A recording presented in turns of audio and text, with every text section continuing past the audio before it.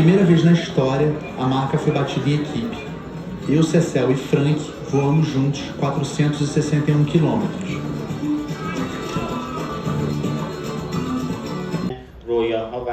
رویاهای هر کسی در پرواز. گزینه ششم تقابل با ناامیدی و استقامت هستش و گزینه هفتم راجع به مسابقات و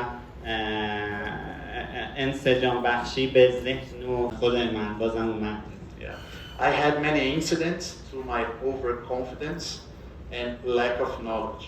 من حادثه های زیادی داشتم به خاطر اعتماد به نفس کاذب و کمبود دانشم. I was just the younger, dangerous cousin of a famous Brazilian pilot. من پسر عموی کوچکتر یه دونه خلبان مشهور برزیلی بودم.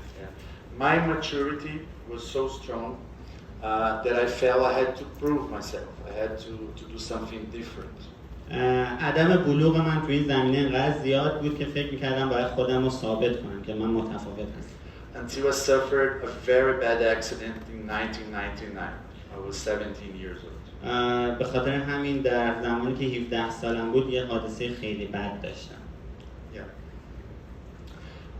I was traumatized until 2003. من در سال از 1999 تا سال 2003 مصدوم بودم. And I had a low self-esteem because of my nickname, how people call me, and the bullying that they would do on me. به خاطر همین من اون عزت نفس خودم رو از دست دادم به خاطر اینکه نیکنیم من اون ساردین ها بود و همه منو به شرور بودن میشناختن ولی الان پرواز بود. My cousins, friends would love me to put me down. دوستان پسرعموی من دوست داشتن که همیشه منو مایوس کنن. I had problems to trust in myself and in my instincts.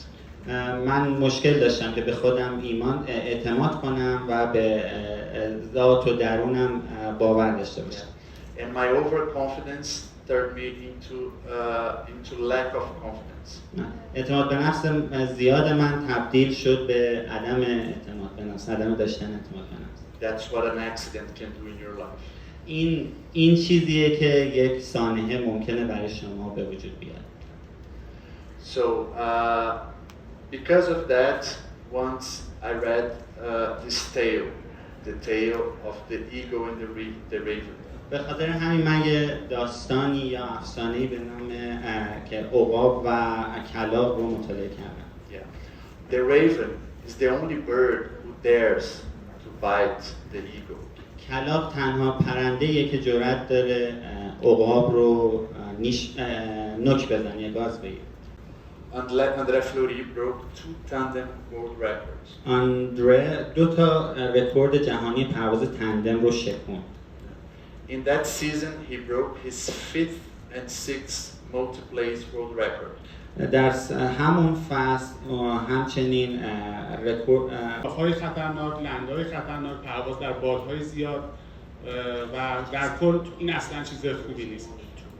من اولش ازش پرسیدم چرا می‌خوای اینو بگی، گفت این تقریبا یکی از مهمترین مطالبی که من می‌خوام برسم بهش که قرار نیست ما حتی برای ورلد رکورد، برای رکورد جهانی حتی کوچکترین آسیب رو به خودمون برسونیم.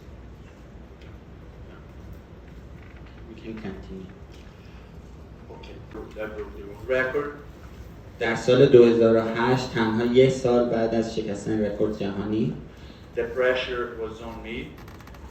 The community was treating me, the Brazilian community was treating me like a hero. فشار زیادی رو من بود به خاطر اینکه کامیونیتی یا مجموعه انجمن ورزشکاران برزیل با من مثل یک هیرو برخورد میکنن، یه اسطوره.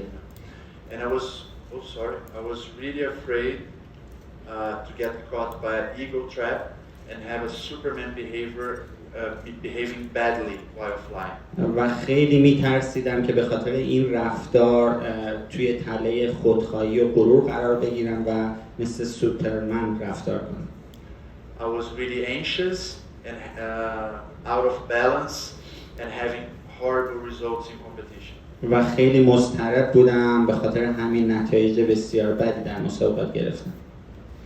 So my family was needing me also in my businesses, and I stopped for 2008 and just came back in 2014. و خانواده منو برای بیزینس نیاز داشتن، به خاطر همین پرواز رو متوقف کردم تا سال 2014. So in 2014, ignore the bullies. کسایی که آزار و اذیت میکنن و تیکه میندازن رو ایگنور کنیم، توجه نکنیم. Ignore the envious, ignore the haters. افراد حسود و افرادی که نسبت به شما متنفرن رو توجه نکنید بهش.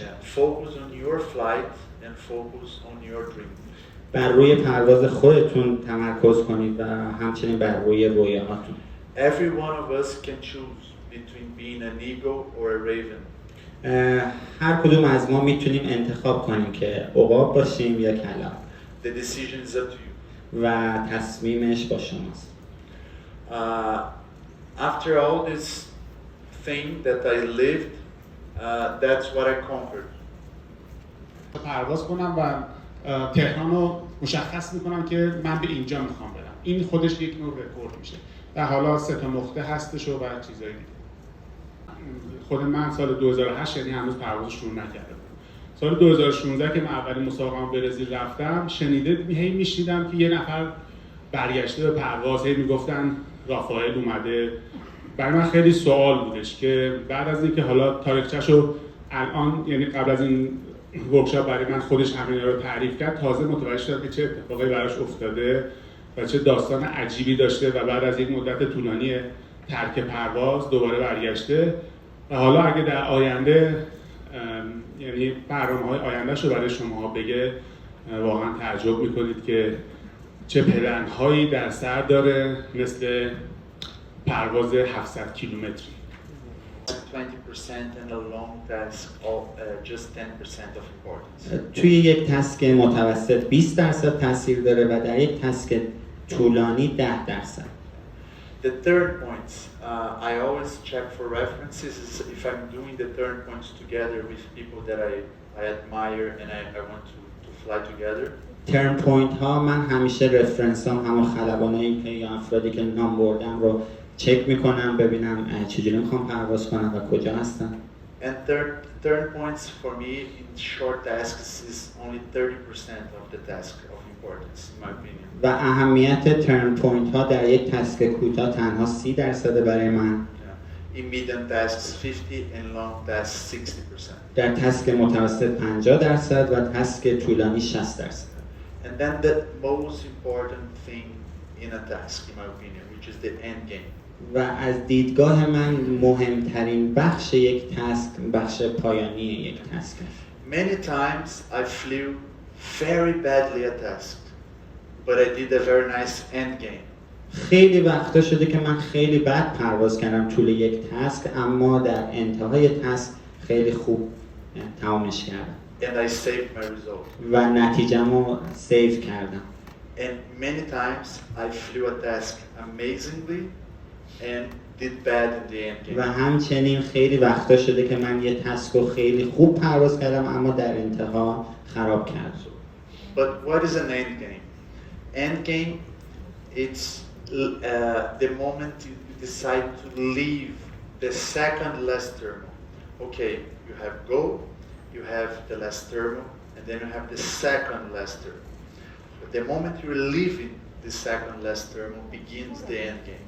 اند گیم از نظر من چیه؟ اند گیم زمانی شروع میشه که شما باید دومین ترمال، یعنی ترمال قبل از ترمال آخر که میخواین رها کنین به سمت گل، از این زمان شروع میشه. So you are at the cloud base, leaving the second last terminal, and you have to decide where you're going to get the last one. و شما باید تا جایی که میتونید ارتفاع بگیرین و ترجیحاً به کلود بیس برسین و تصمیم بگیرین که کجا آخرین ترمال رو پیدا کنین. And then you have to climb this last one.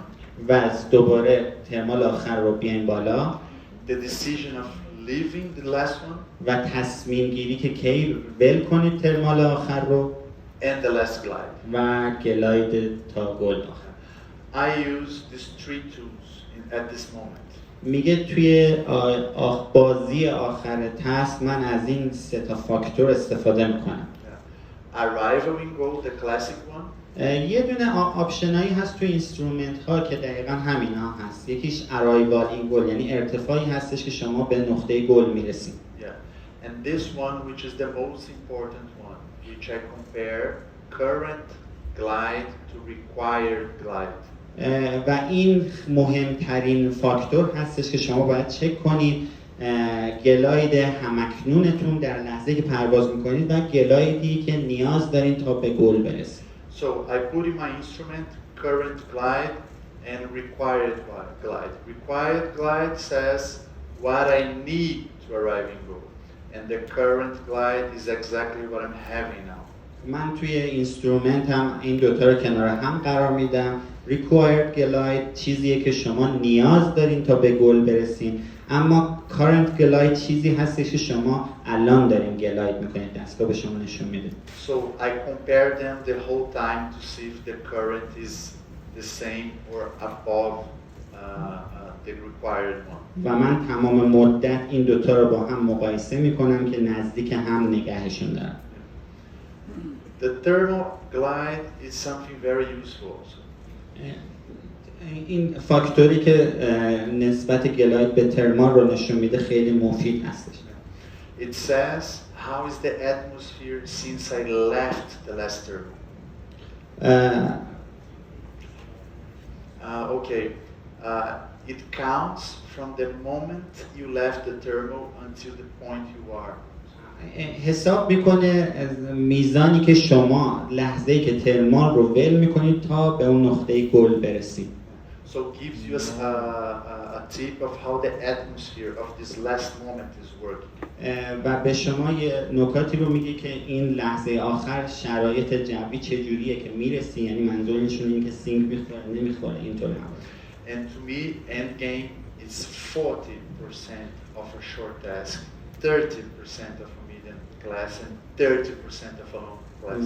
و برای من در یک تسک این بخش اند گیم 40% اهمیت داره در یک تسک کوتاه، 30% در یک تسک مدیوم متوسط و 30% در یک تسک طولانی.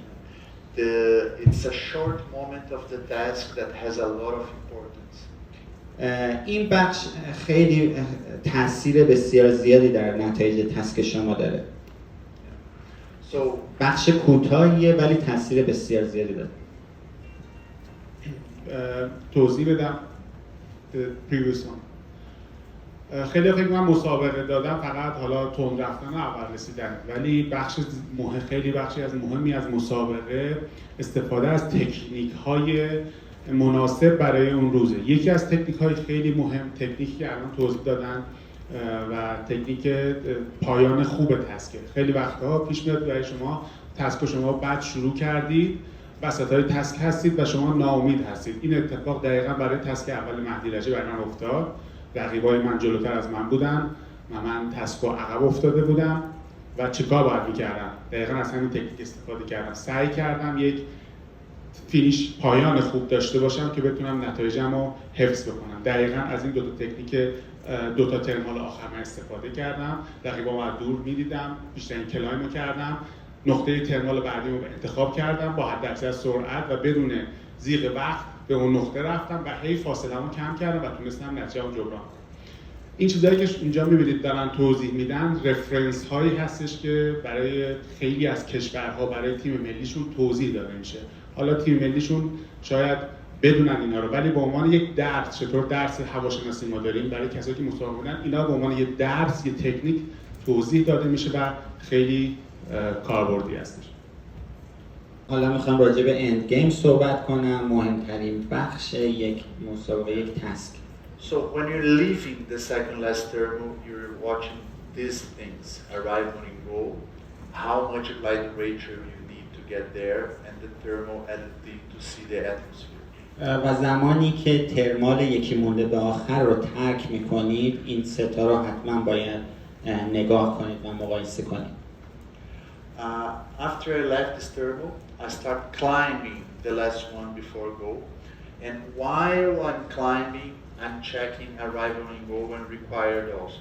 و وقتی که ترمال یکی مونده آخر رو رها کردم و ترمال آخر رو پیدا کردم، زمانی که دارم صعود میکنم در ترمال این دوتا گزینه یعنی arrival goal و required glide ratio رو چک میکنم.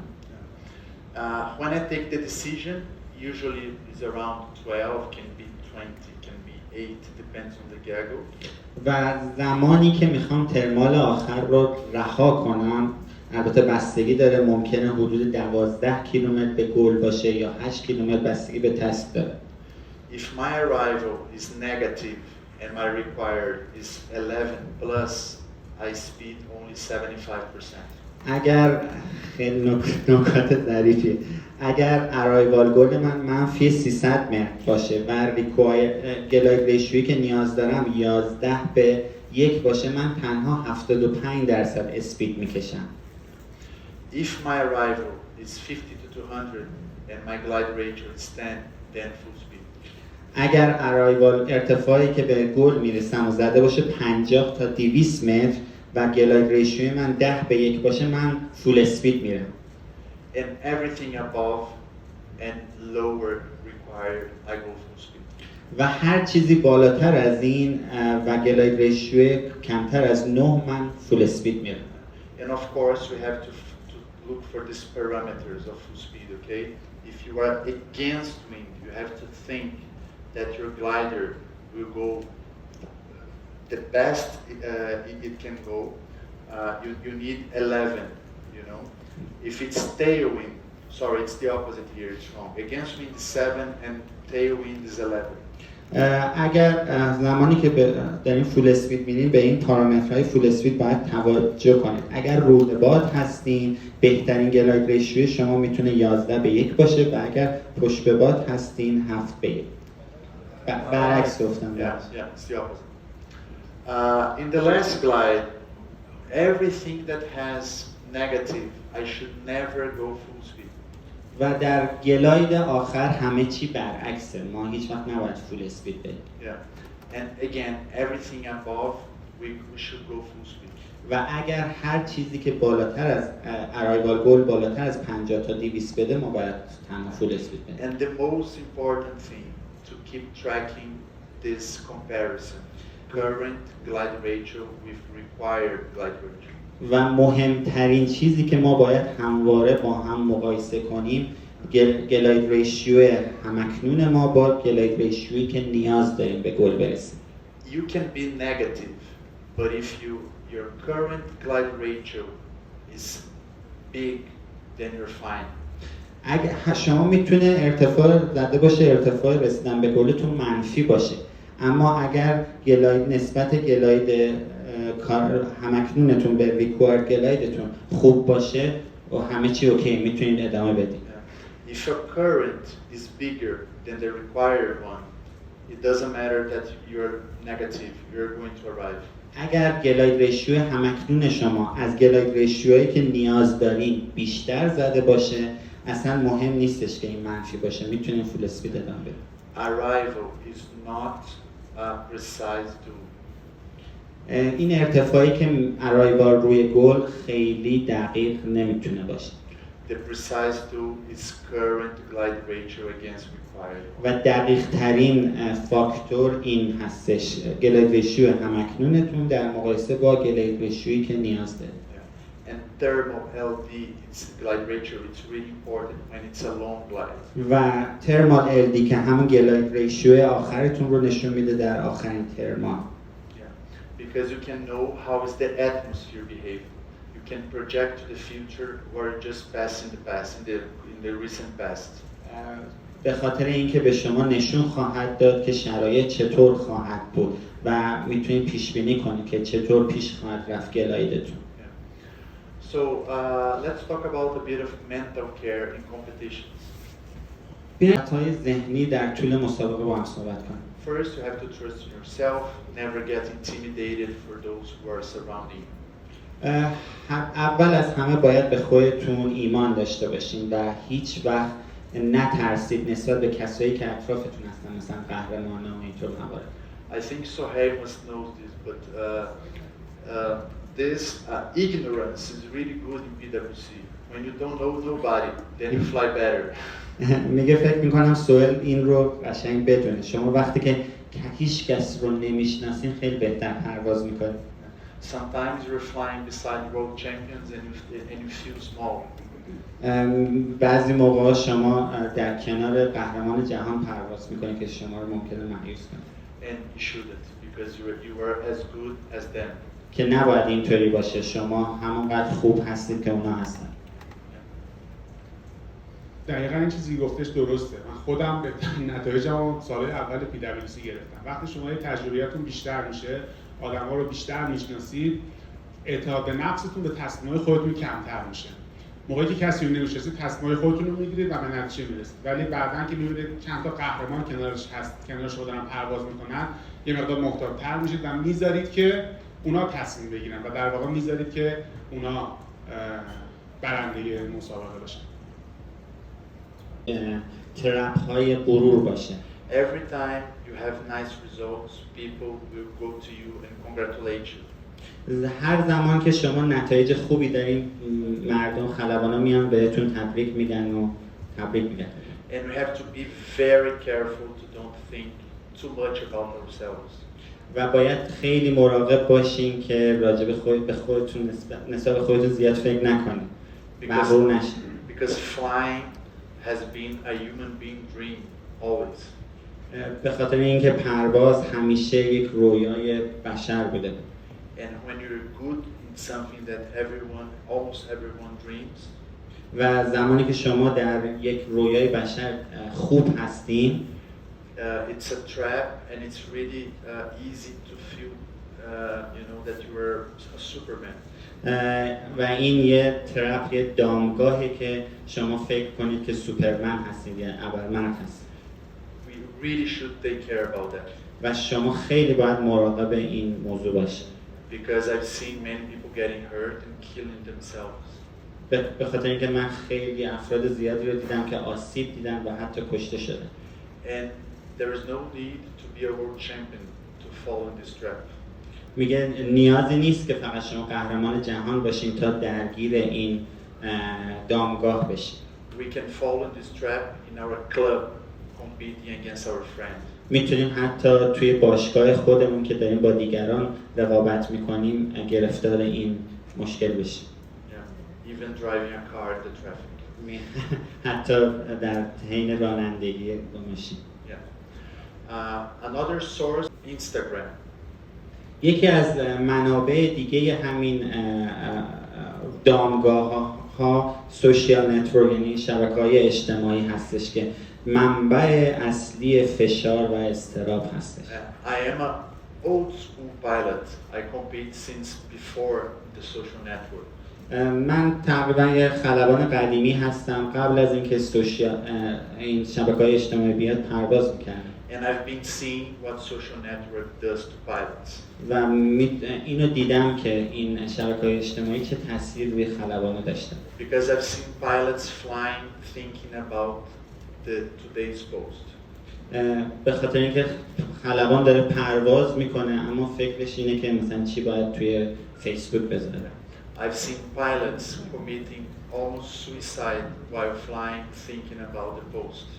من حتی دیدم که خلبانی تقریبا داشته انگار خودکشی میکرده زمانی که پرواز میکرده، چون فکرش به خاطر این بوده که چی پست بذاره.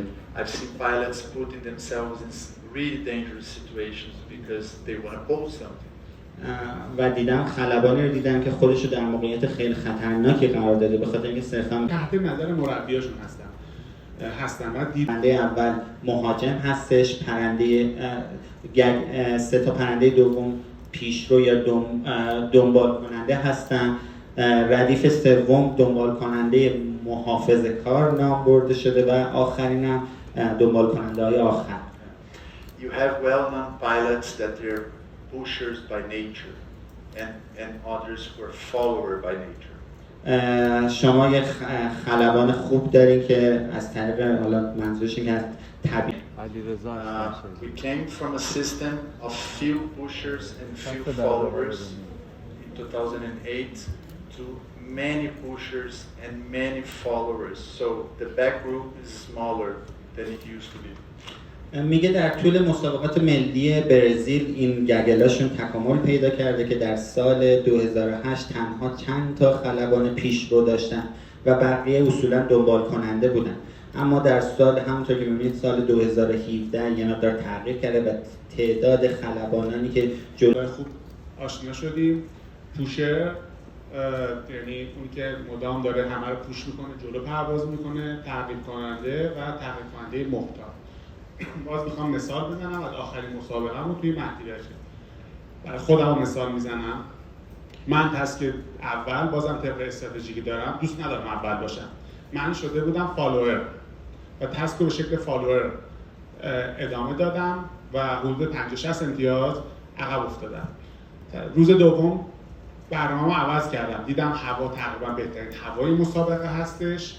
استراتژیمو تغییر دادم به پوشر، به کسی که جلو میخوام برم. سعی کردم بهترین استارت رو داشته باشم، اول تسک جلو برم. حالا بهتون دوباره ادامه میدم. تسک دوم من شدم پوشر، جلوتر از همه سعی کردم تسک رو پرواز کنم، جلو افتادم تو مسابقه در اوبادا. و تسک سوم شده بودم کانزرواتیو فالوور، تعقیب کننده محتاط. دیگه حتی قبل از رقیبم هم تیک آف نکردم. اگه کسایی که اونجا باشن، رقیبای من که 2 نفر بودن، سلمان عبدلی و هادی حیدری، من گذاشتم اونا تیک آف کنن و من چسبیده به اونا تیک آف کردم. و تا آخر مسابقه سعی کردم کانزرواتیو فالوور باشم. حالا اینطور که گفتش، حتی در طول تسک هم این پوشر فالوور و کانزرواتیو فالوور تغییر میکنه. تسک دوم من استارت رو زدم، خیلی خوب بودم، جلو بودم. 100% of the task, like getting your sword and say 1,000 points or death. This is beautiful in the paper, but no results. میدونی که کسایی که تمام تسک 100% پشت میکنن مثل این میمونن که یا 1000 امتیاز یا اینکه خودشون رو به کشتن برن. It's beautiful. So hey, I've seen him doing this already in Brazil. I've done that in Brazil also, but that's dangerous. And the majority of the times you're going to bump out or commit a mistake, and everybody will pass. من حتی سهیل رو دیدم و حتی خودم هم بعضی موقع این فاکتور رو توی مسابقه انجام دادم که همیشه 100% تست پوشر بودم، ولی ممکنه که بامبوت بشین، همیشه نتایج خوبی به همراه نخواهد داشت. Sometimes we wake up, I don't know, strangely or anxious and we commit this mistake. میگه بعضی موقع از خواب پا میشیم، نمیدونم ممکنه استراب داشته باشیم یا چیزی، ولی این روش رو انتخاب میکنیم. I prefer to be either a perfect follower or win a task by leading points. میگه من ترجیح میدم که یک تعقیب کننده عالی باشم یا اینکه تسک رو از طریق لیدینگ پوینت، کسب لیدینگ پوینت ها ببرم. What is a perfect follower? Is the guy that stays 100% of the time in that green position of follower. میگه پرفکت، یک تعقیب کننده عالی چه کسی است؟ کسیه که در تمام طول تسک توی اون بخش سبز رنگی که دیدیم، یعنی فالوور کننده هایی که دقیقاً پشت پوشرها هستن قرار گرفته باشه. Because all the pushers, I'm going to bet that you're going to commit mistakes. به خاطر اینکه من همیشه منتظر اینم که اون پوشرها یه اشتباهی انجام بدن در طول تسک. And the pushers will change. و این پیشرو رونده ها تغییر میکنن. And I'm going to be the perfect follower always in the first gaggle. و من همیشه در گگل اول به عنوان یک تعقیب کننده عالی خواهم بود. As the pushers will commit mistakes, I'm going to be the one in front the most of the time. و زمانی که این پیشرو رونده ها یک اشتباهی انجام میدن، من بیشتر وقتها جلو قرار خواهم گرفت در طول مسابقه. I will have more leading points and I will win. و در نتیجه من لیدینگ پوینت بیشتری خواهم داشت. But this one is my favorite one. Okay, it's the funniest one actually. و این گزینه مورد علاقه منه و یه ذره جذابه. The formula nowadays, follow my red dot. It's a parabolas. Parabolas, you know what it means? The task starts and the leading points are 0. And when it gets to 15%, میگه این نقطه قرمز رنگ رو نگاه کنید، فرمول لیدینگ پوینت به این شکل هستش، به صورت یک سهمی هستش. So begins with 0, with 15% it goes to 100. از صفر شروع میشه لیدینگ پوینت، بعد میرسه به 15% و در نزدیکای یک سومی آخر مسابقه به 100%. And when 15% goes to 100 and with 70% starts to come back again. و وقتی از 15% به 100% رسید دوباره شروع میکنه به پایین اومدن، یعنی تاثیر لیدینگ پوینت. So from 15% of the task to 70% of the task is the sweet spot to lead. پس در طول یک تاسک در بازه 15% تا 70% طول تاسک بهترین نقطه برای اینه که پیشرو باشیم تا لیدینگ پوینت کسب کنیم. So the first 15% of the task I use to position myself. میگه من در طول 15% اول یک تاسک سعی میکنم که خودم رو در جای خوب قرار بدم. And when we have 15% of the task, I have to be in the cloud base ready to attack. و در زمانی که به 15% ابتدایی تاسک میرسم من همیشه سعی میکنم که در کلاود بیس باشم، بالاترین ارتفاع، و شروع کنم به پیشرو بودن حمله. And from 15% of the task until 70% of the task, I have to be in front leading. و در 15% تا 70% تاسک من باید جلو باشم و پیشرو باشم. And that's the funny part of it. و این بخش جالب اینه. That's the part where pilots who like to lead and like to attack like. و این بخشیه که خلبانا دوست دارن پیشرو باشن، حمله کنن. And if you lead more from 15 to 70, it doesn't matter if you arrive a bit behind. و اگر شما بیشتر در این بازه پیشرو باشین، این در واقع میتونه اهمیت نداشته باشه که شما حتی 30 ثانیه عقب‌تر از نفر اول، دیرتر از نفر اول به گل برسید. I've seen Russell Ogden arriving in 50th position and raising to 5th position. He gained 45 places just because of leading points.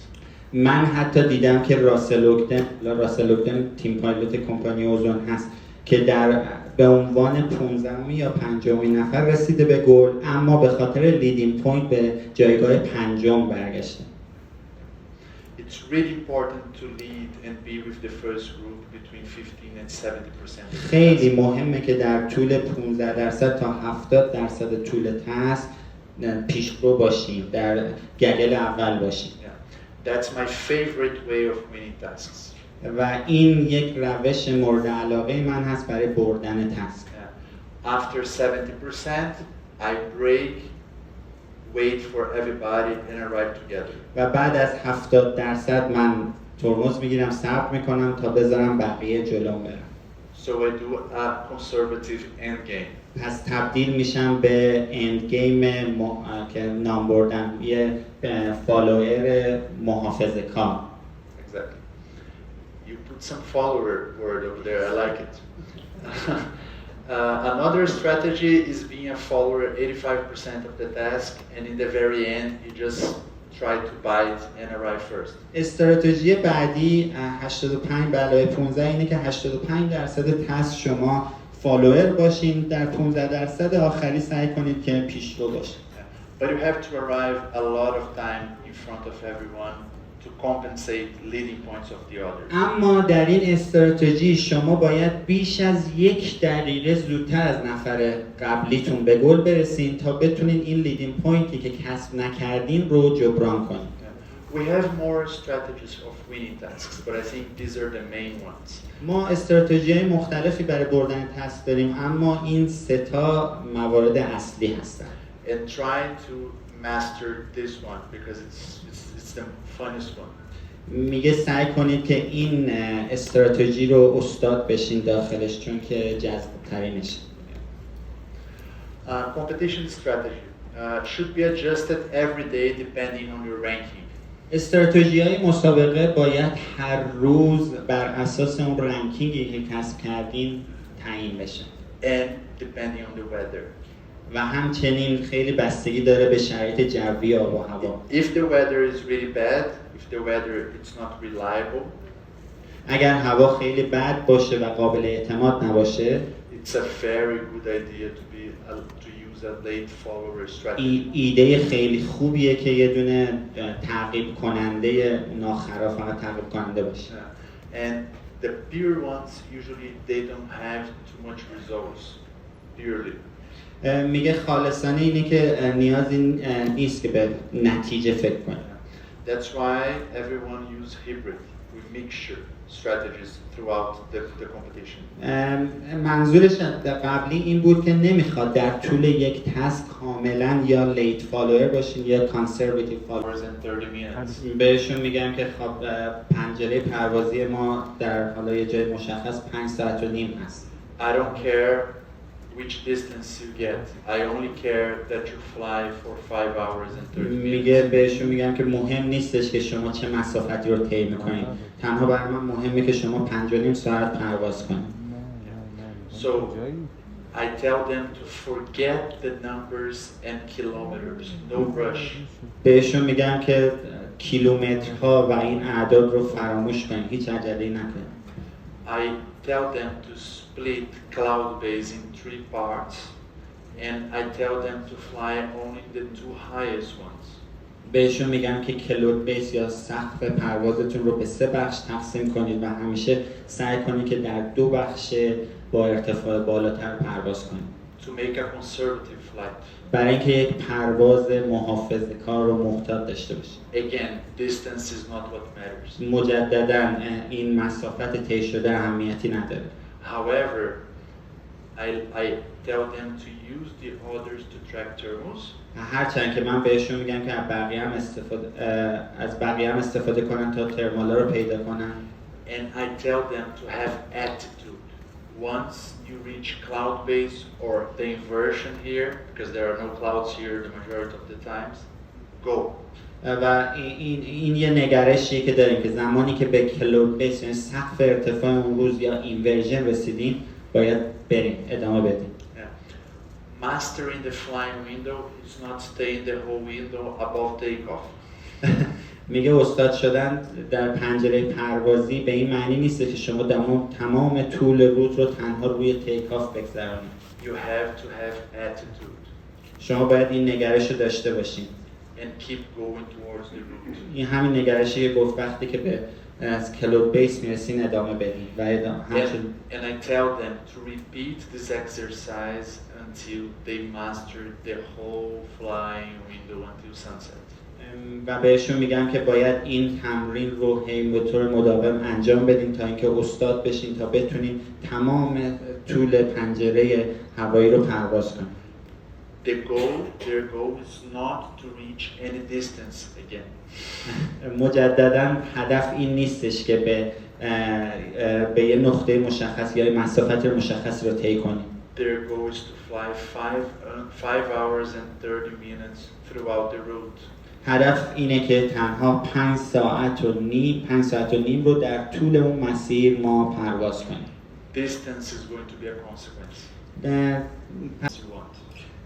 زمانی که شما تمام طول روز رو پرواز کنید احتمالاً به اون مسافتی که دوست داشتین خواهید رسید. Because you're going to fly more relaxed, less tense, and with less worries in your head.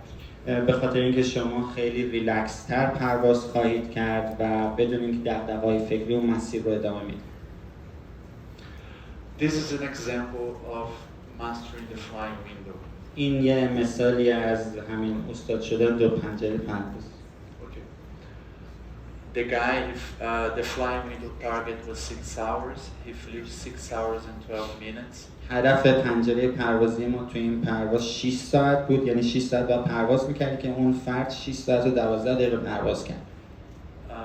Cloudbase was around 2,600, and if we split by 3, it's 870 meters. کلود بیسمون 2610 متر بود که به 3 بخشش تقسیم کردیم، هر بخشش 870 متر. That's maximum altitude here, 2,600. اینجا ماکسیموم ارتفاعی که کسب If you کردیم. get this line here below, it's the line of 900 meters. اون خط آخر که میبینین خطی هستش که 900 متر، خط ارتفاع 900 متر است. He was never below it. میگه هیچ وقت پایین‌تر از 900 متر نیامده. And after late afternoon, which is 4:30 in Brazil, میگه بعد از ظهر، آخرای بعد از ظهر که میشه از ساعت 4:30 به بعد توی برزیل، he was high the whole time. همیشه بالا بوده.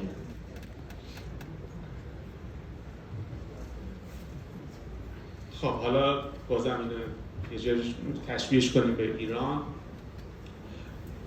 پس شما اگه یاد بگیرید که یک پنجره پروازی حدوداً 6 ساعته داشته باشید، بهتون قول میدم که بتونید رکورد خودتون رو بزنید. کی اینجا پرواز بالای 200 کیلومتر داره؟ دستشو بر بالا لطفاً. حدود 10 نفر. اگه از هر کدوم از شما یاد بگیرید که بالای این پنجره پروازی 6 ساعته تو ایران پرواز کنید، تقریباً تو شرایط ایران شما همتون 200 کیلومتر رو تجربه میکنید. چیزی که تو ایران من مشخص میکنم برای حال شاگردای خودم، پنجره پروازی که مشخص میکنم براشون اونم 6 ساعت هستش، از حدود ساعت 12 براشون مشخص میکنم تا ساعت 6 بعد از ظهر. ارتفاعی که تو کرمانشاه براشون حداقل مشخص میکنم بالای 2000 متر هستش. 3 لایه تقسیم میکنم، 2000 متر تا 3000 متر، 3000 متر تا 4000 متر. و از ساعت 4 بعد از ظهر به بعد حداقل براشون مشخص میکنم ساعت 4 بعد از ظهر تا 6 بعد از ظهر رو همش با ارتفاعهای بالا پرواز کنم. و اگه اینو تکرار کنید، نتایجی که به دست میارید شما رو شگفت زده میکنه. Let me just finish the average speed. Okay. So the second part of mastering the basic tools is mastering the average speed, which is very simple. That's what makes people fly faster.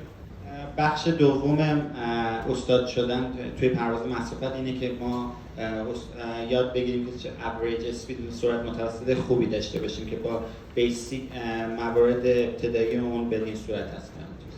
So the goal of mastering the flying window is to learn how to fly the whole day, right? هدف اولیه این بود که چطوری فلاینگ ویندوز رو بتونیم در تمام طول روز پرواز کنیم، استاد بشیم تو زمین. The goal of the average speed is how to fly faster and further. و هدف استاد شدن توی داشتن سرعت متوسط خوب اینه که چطور سریعتر پرواز کنیم و بیشتر پرواز کنیم. And this is very basic. You just get the flying window you have. شما خیلی ساده است. شما باید فلاینگ ویندوز رو به 4 بخش تقسیم کنید. You get the desired distance and you split the two of them in 4 parts. و اون مسافتی که میخواین طی کنید رو باید به 4 بخش تقسیم کنید. And you align them in 4 parts. و در 4 بخش معینشون کنید، تعیینشون کنید. Those are your checkpoints. اینها در واقع چک پوینت های شما هستن. And then for me, one of the most important tools of this thing is to use a fixed tolerance. و برای من مهمترین فاکتور که سعی میکنم همواره چک کنم fixed tolerance، یعنی is my tool for precision. خطا fixed tolerance، خطای نوسان ثابت که بتونم دقت رو توی این چک کنم. You're going to track your performance throughout the flights with the checkpoints. شما با بررسی این چک پوینت ها میتونید تمام پرفورمنس رو در تمام طول پرواز مشاهده کنید، چک کنید، ترک کنید. And for example, I use a tolerance, a fixed one, with a distance, for example, 10 kilometers. من در تولرانس 10 کیلومتری این چک پوینت ها سعی میکنم که موارد رو بررسی کنم. Why the tolerance is fixed and in kilometers and not percentage? چرا این تولرنس رو به کیلومتر ثبت کردیم و بر اساس درصد ثبت نکردیم؟ If I put 10% of tolerance, it's going to not be precise. It's going to be bigger as long as I fly. اگر ما تالرنس رو روی 10% میذاشتیم این دقیق نمیشد، به خاطر اینکه هرچی شما بیشتر پرواز میکنید این بازه تالرنستون هم بیشتر میشه، خطاتون هم بیشتر میشه. When I use 10 kilometers, the more I fly, the less it represents. from the total distance. زمانی که تالرنس رو 10 کیلومتر تعیین میکنم، وقتی که بیشتر پرواز میکنیم مشخص‌تر هستش برای تمام مسافت که شما طی کردید. In the beginning, when I fly 50 kilometers, 10 kilometers is 20%. When I fly 100, drops to 10. When I fly 150, drops to 6.6. And when I reach my final distance, 10 kilometers is only 5%. So it's driven me to my goal. It's driving me to my goal. زمانی که 50 کیلومتر پرواز میکنم، این خطای 10 کیلومتری میشه 20% از اون 50 کیلومتر. وقتی که 100 کیلومتر پرواز میکنم میشه 10% و همینطوری کمتر میشه و این همینطوری کم و کم میشه تا من رو به اون هدفی که میخوام برسونم.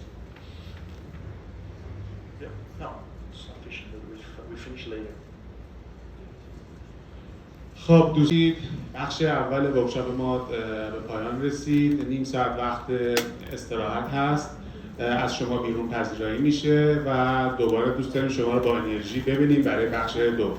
خسته نباشید و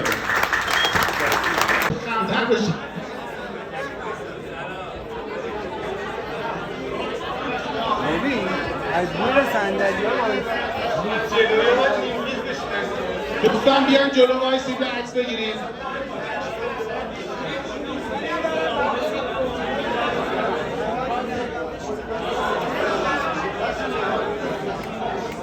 آقای عکاس زودتر 20 کیلومتر و برای خلبانان با تجربه 10 ساعت و نیم که از 300 کیلومتر و به بالاتر. Flying window, not solar. فلاینگ ویندو، پنجره پرواز. You see, I'm speaking Persian. Yes.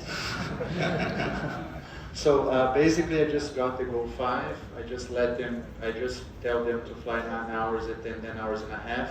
And after they master these 2 flying windows, I tell them to do the average speed goal. اصولا 5 تا هدف داریم توی این بخش که اول باید توی پرواز توی پنجره هوایی 9 ساعته و 10 ساعت و نیم استاد بشن، بعد میتونیم روی سرعت متوسط تمرکز کنیم. And then I'm going to talk about technical tips. در مورد نکات تکنیکی. Mac ready for paragliding. Paragliders, unfortunately, too slow. They're too slow and with bad glide ratio. قانون مکردی برای پاراگلایدرها اصولاً از دید کسایی که خلبانای گلایدر خیلی آهسته هستن، سرعت کمی دارن و گلاید ریشیو بدی دارن. Mac ready is about knowing the average potential of thermals of the day. قانون مکردی به این معنیه که شما متوسط ترمال های یک روز رو بدونید. And just climb in this number. So if the number is 3, I only stop when the thermal has 3 meters. فقط توی ترمال هایی شروع به چرخش کنید که بر اساس اون عددها باشن. مثلا اگر مکردی شما 3 هست، فقط ترمال هایی رو بچرخید که 3 به بالا هست. And because paragliders are too slow and bad glide ratio, Mac ready works more or less for us. و به خاطر اینکه پاراگلایدرها سرعت کمی دارن و گلاید ریشیو بدی دارن، مکردی خیلی خوب برای ما عمل نمیکنه. They're better for gliders, for sailplanes. اونا برای گلایدرها و کایت ها، سیل پلین ها بهتر. You can have a plan A, B, and C, but it's really hard to have a plan D with a paraglider. ما میتونیم پلن های A, B, C داشته باشیم، اما خیلی سخته که با پاراگلایدر ما یه پلن D هم داشته باشیم. However, in Iran, you have conditions with really high cloud base. However, in Iran, you have conditions with high cloud base. هرچند که تو ایران ما شرایطی داریم که کلاود بیس خیلی بالا هست. And when you have convergences, cloud streets and high cloud base, it works. و زمانی که اینا تو ایران تجربه کرده و زمانی که شما کانورجنس دارین، کلاود استریت دارین و همچنین کلاود بیستون هم خیلی بالا هستش، این کار میکنه. منظورش مکردی هست. Because then you have a plan A, B, C, and D. به خاطر اینکه ما هر 4 تا پلن رو میتونیم داشته باشیم، A, B, C و D. So when you decide to abort a flight, okay, I'm going a bit fast because our time is short. کی تصمیم بگیریم که پرواز رو کنسل کنیم؟ I abort a flight when we have a bad weather, of course. من زمانی پرواز رو روزهای بعدی چجوری لندهای اضطراری انجام بدیم؟ I know that I'm going to fly backwards because it's really windy. من میدونم که میخوام عقب پرواز کنم به خاطر اینکه خیلی هوا بادی زیاده. It's really dangerous to keep full speed until the ground. این خیلی خطرناکه که تا زمین شما فول اسپید برید. So what I do, I choose a landing that I have plenty of space to fly backwards. پس ما چه کار میکنیم؟ Or 13 flight rate. توی یه شرایط عادی با باد پشت ما گلاید ریشیو 13:1 داریم. With restitution in the golden hour, in the last hour of the day, you have like 18-20. و در گلدن زمان طلایی روز ما میتونیم گلاید ریشیو 18:1 داشته باشیم. So if you're 1,000 meters, you fly much more. Fly much more. شما میتونید در این زمان طلایی بیشتر مسافت بیشتری طی کنید. With a 7,000 cloud base here in Iran, in a golden hour, I'm sure you can fly like 90-80 k's. میگه من مطمئنم که با 3000 متر ارتفاع توی جایی مثل ایران ممکنه 90 کیلومتر ممکنه بتونید پرواز کنید در گلدن هاور. In one glide. در یک گلاید. گلدن گلاید ایران تقریبا چیزی که من خودم تجربه کردم در تایم‌های آخر از ارتفاع 5200 روی قزوین به گلاید 22:1 بوده و من 5200 متر حدود نزدیک 45 کیلومتر گلاید می‌کردم. یعنی از قبل قزوین گلاید من شروع می‌شد تا آخرین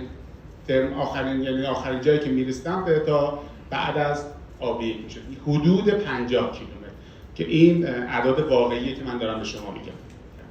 So I'm going to talk about this last slide after this. احساس خوبی نیست.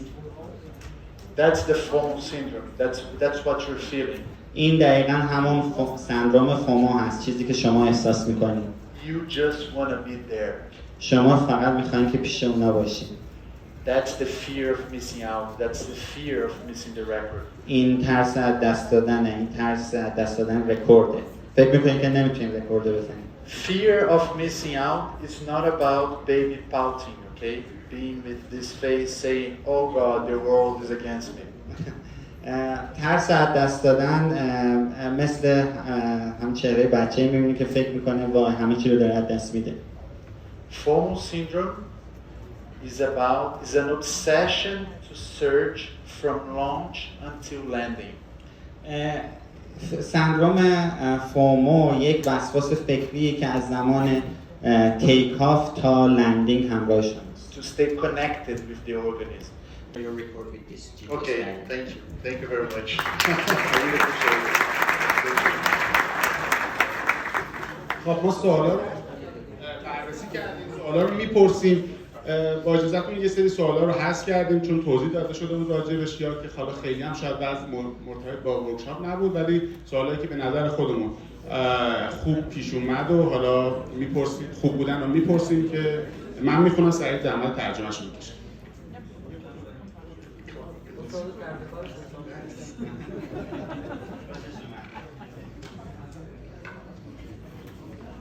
هفت صبح در برزیل ترمال میچرخید. اولا اگه هفت صبح نیستش شاید هم گهگاهی 6 صبح هستش. الان من دلیلش رو میدونم ولی میذاره خوش توضیح بده.